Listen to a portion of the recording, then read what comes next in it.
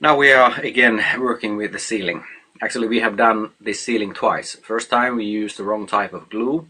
It was normal construction glue, very strong glue, but not suitable for polystyrene or styrofoam, which these ceiling tiles are. So it started to come off. So we redid the whole ceiling by using different type of glue, especially meant for styrofoam or polystyrene. But now after a few weeks we can see that again some of the ceiling tiles are coming loose.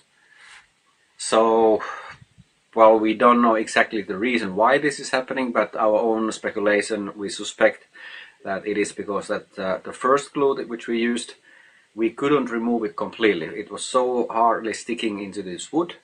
So we tried to remove it, but then used the new glue, and they were touching. New glue and old glue were touching together, and it started some kind of chemical reaction, and that resulted that this new glue didn't harden. It remained soft. Maybe that's the reason, we don't know. It's strange because it should have stuck into this polystyrene anyway, but it doesn't. Anyway, we are giving up the whole idea with the polystyrene ceiling, so we are removing everything again, and now we are redoing a third time the ceiling using completely different material and using mechanical fastening. Well, that's just the work.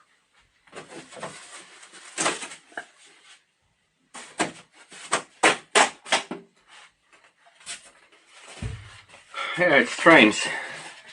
This glue is not sticking in the styrofoam. Partly it's not even closely sticking there. But looking here on the wood, on this timber, it is sticking here, and it's actually it is hardened. It's not soft. And even here when it's touching the old glue, yeah, it is hard, and it's strong. So I don't know. This glue was meant to for polystyrene, but it's not working. Anyway, doesn't matter now. We are anyway redoing the whole roof or ceiling, not using glue, even one drop.